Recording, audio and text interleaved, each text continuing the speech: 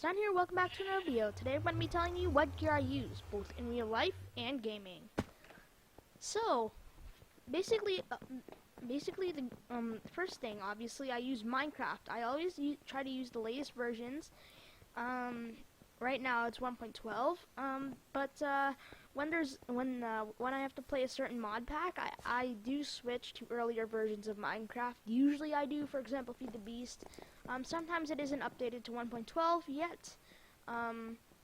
But when it is updated, I will switch. And but the problem about that is for example, when I play mod packs and I have this certain texture, if that texture gets removed in the next update, I will be doomed, because every single time I use that texture in a video, it won't show up. It'll just show up as like purple and black. So yeah, that's a problem with Minecraft versions and stuff, and how you developers should keep all of your mod packs and all of your development tools up to date.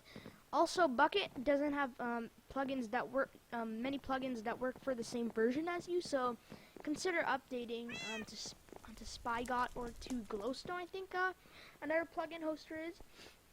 But yeah, to host my servers that I just play on with my friends to play custom maps and stuff, I usually use Eternos.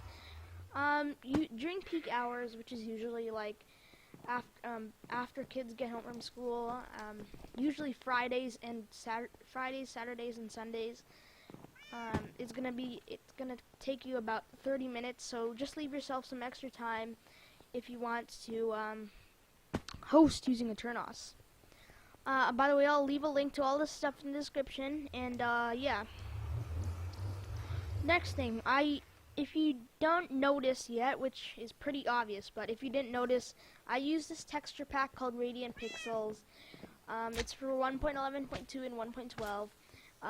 My friend, which you have seen in BE, she actually recommended it to me. I think I use it in BE, but yeah. So I'll link her channel in the description, and I'll link the texture pack in the description for you to check out. By the way, do note that if Minecraft gets updated to like the next big version, this texture pack may not be functional anymore. There may be some missing textures, so just bear in mind those things. Okay, now we're getting to my capture software.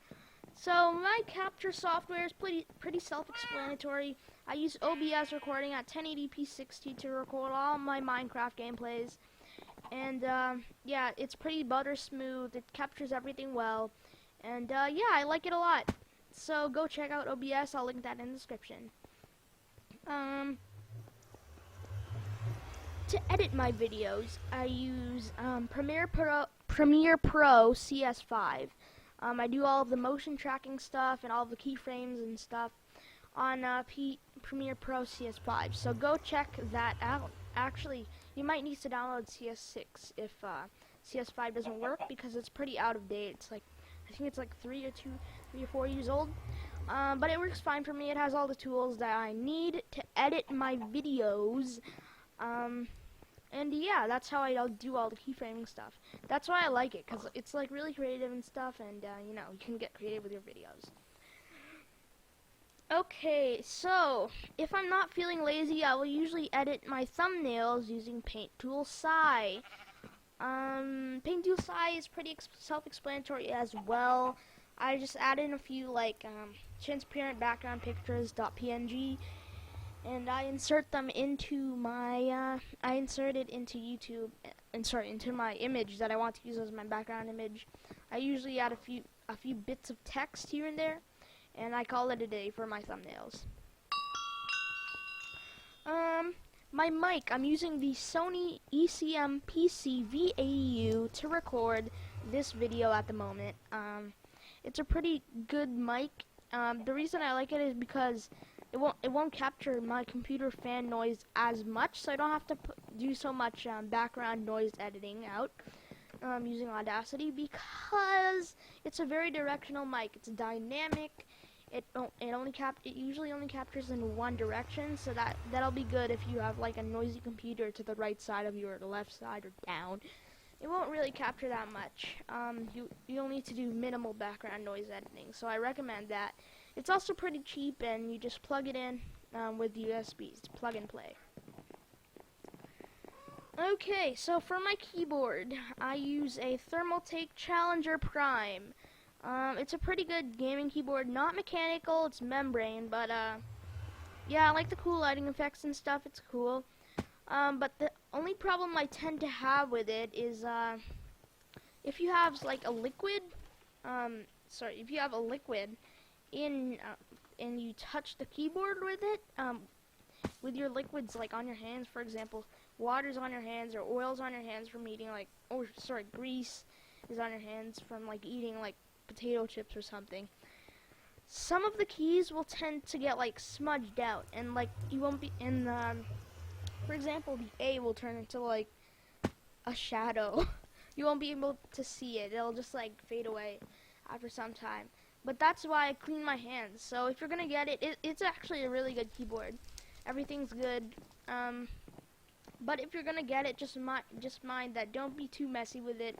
Don't be like hardcore gaming, midnight gaming with potato chips in your hands, rubbing the potato chips on your keyboard, making grease, making a mess on your keyboard. It doesn't have like this water-resistant spillage thing that you see with modern laptops these days. No.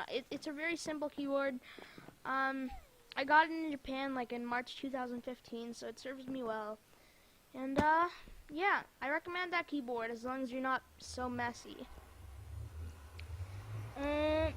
And for my mouse, I don't even use a gaming mouse. I just use a Logitech, generic like red and silver Logitech. You can't even change the DPI on it like certain Dell mouses. It's just regular. It's pretty slow, so I have to up the sensitivity. I usually have to up the sensitivity when I'm playing games. But it does the job done. It gets the job done, and I wouldn't. Oh, well, okay.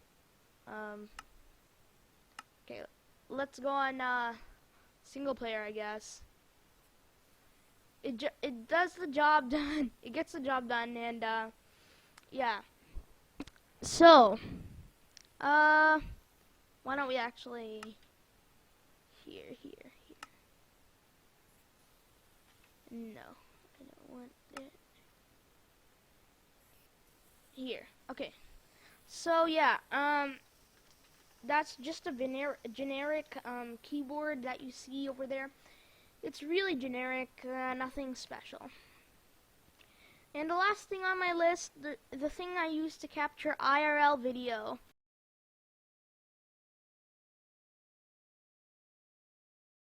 Captures in 1080p 60, has a flip-up screen, and a decent mic.